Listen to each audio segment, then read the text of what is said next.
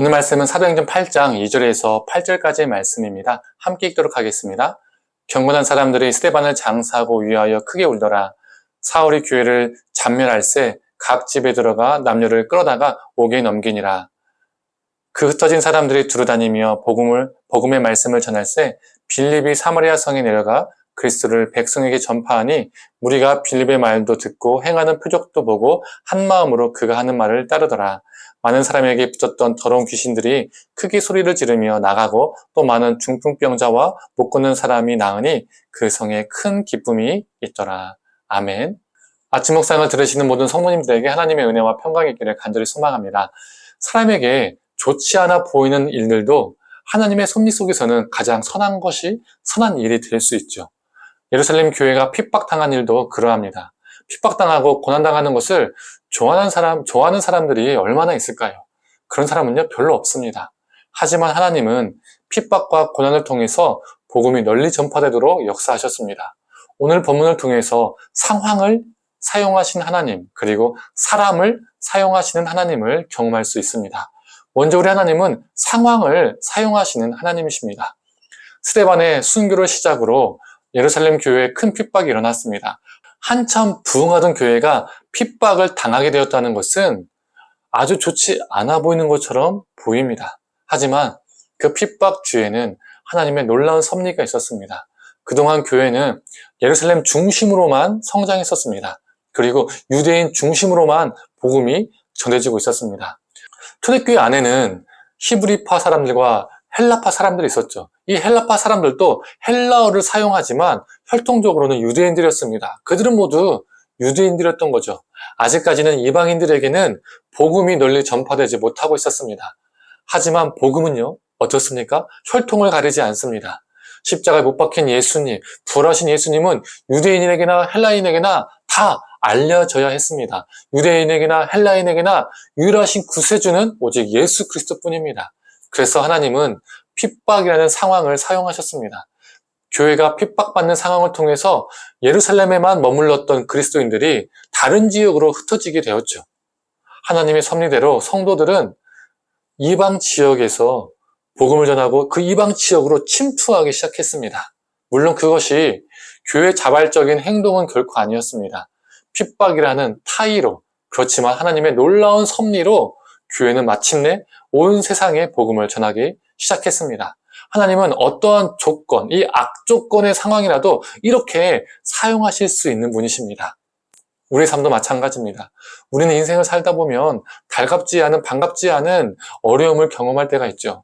빨리 벗어나기도 쉽고 또 때로는 그 상황이 원망되기도 합니다. 우리를 낙심시키죠. 하지만 우리 하나님은 그 어려움 속에서도 우리를 위하여 역사하십니다. 그리고 우리의 그 어려운 상황을 선하게 사용하십니다. 우리의 모든 상황을 선하게 사용하시는 하나님을 붙잡고 살아가는 저와 성도님 되기를 간절히 소망합니다. 두 번째로 우리 하나님은 사람을 사용하시는 하나님이십니다. 핍박 때문에 예루살렘 교회는 흩어지고 말았습니다. 그리고 복음을 전했습니다. 그러나 흩어진 대다수는 이전의 방식대로 유대인들에게만 복음을 전했습니다. 타 지역에, 타국에 가서 그 타국에 사는 유대인들에게만 복음을 전했던 것입니다. 하지만 한 사람은 달랐습니다. 바로 예루살렘 교회 집사였던 빌립이었습니다. 빌립은 사마리아 성으로 복음을 들고 갔습니다. 사마리아 사람들은 유대인들의 기준에서 어떻습니까? 더러운 존재였습니다. 그래서 유대인들은 사마리아 사람들을 멸시하고 배척했죠. 상종하지 않았습니다. 그런 사마리아 사람들에게 복음을 전한다는 것은 유대인이라면 정말 꺼림칙한 상상조차 할 수 없었던 일이었습니다. 그러나 빌립은 그 가치관이 깨진 겁니다. 빌립의 담대함은 놀라운 열매를 맺었습니다. 빌립이 사마리아에서 복음을 전하자 사마리아 사람들은 복음을 기꺼이 받아들이기 시작했습니다. 귀신이 떠나며 아픈 자들이 고침을 받기 시작했습니다. 그런 놀라운 역사들이 줄줄이 일어나기 시작했죠. 이런 기적들은 하나님이 사마리아 백성도 사랑하신다는 증거였습니다. 하나님은 유대 전통과 문화, 고정관념에 얽매이지 않고 담대하게 복음을 전하는 그 한 사람, 빌립을 통해 수많은 영혼을 구원하셨습니다. 우리도 빌릴 것 같기를 소망합니다.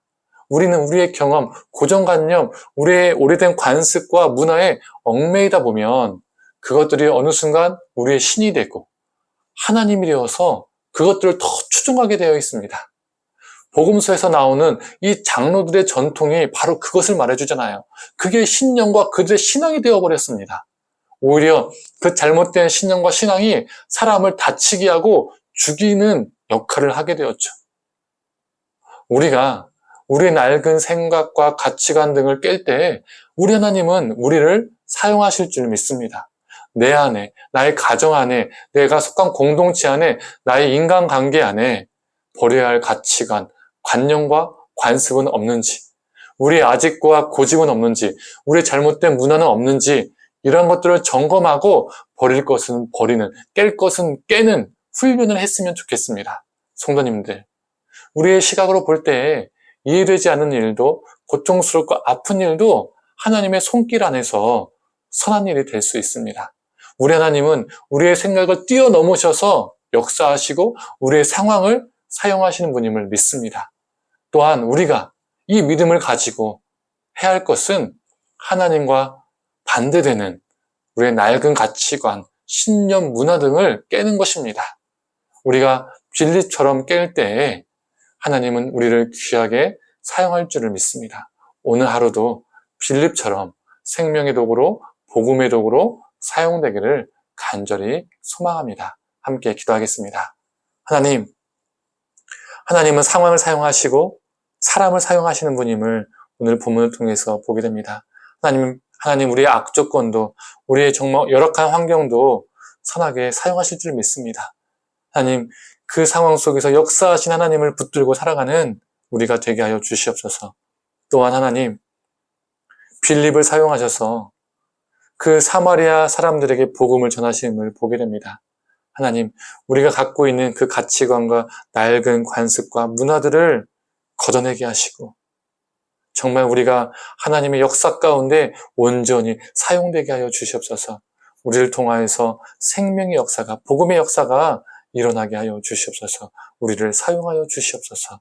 모든 걸 감사드리며 사랑에 많으신 예수님의 이름으로 기도드립니다. 아멘.